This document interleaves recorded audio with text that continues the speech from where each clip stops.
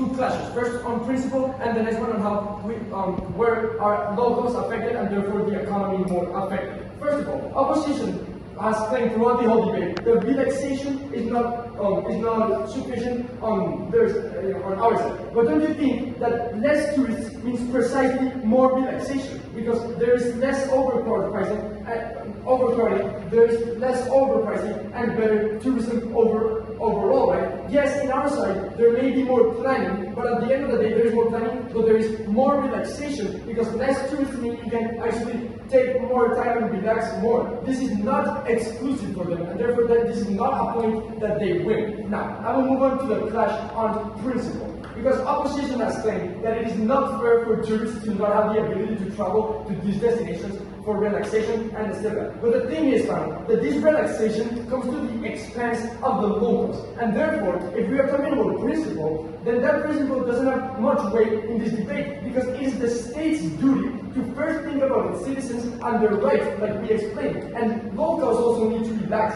and they are unable to do so in their own country at the expense of tourists coming to their country and relaxing there. And this is exactly what is not fair in this debate. What would be then the backlash to the government when they are prioritizing tourist relaxation to locals' relaxation and to locals' living conditions? So if you have to weigh this point, it is more important for locals to live a better life and for locals to relax and to have a normal everyday life, commuting to work, going to school, than to let tourists relax, which can also happen on our side, like we explained.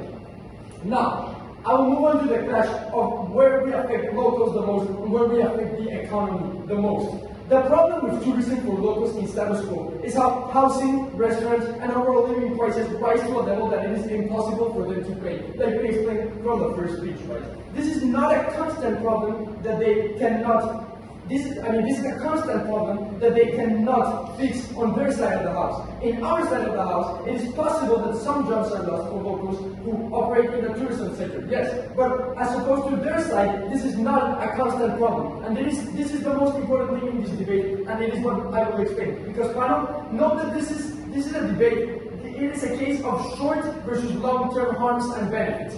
Their whole case is that in the short term, locals will be affected because there is a loss of jobs for people who base their whole life on the tourist sector. However, we explained from the first speech how all of this is something that is actually very harmful for the economy, first of all, because it is centralized in a single sector, which is very vulnerable to external factors and external problems. We also explain why we solve this by limiting tourism. Because first of all, we decrease dependency on this sector, and then businesses can adapt their models to appeal to the locals instead of mainly tourists. And what did this mean? Well, this actually ensures the creation of more jobs focused on production and local services, and therefore jobs for locals are not really lost because they see the shift towards other locals. And therefore, the whole impact of how we affect so many people and lose so many jobs does not exist in this debate.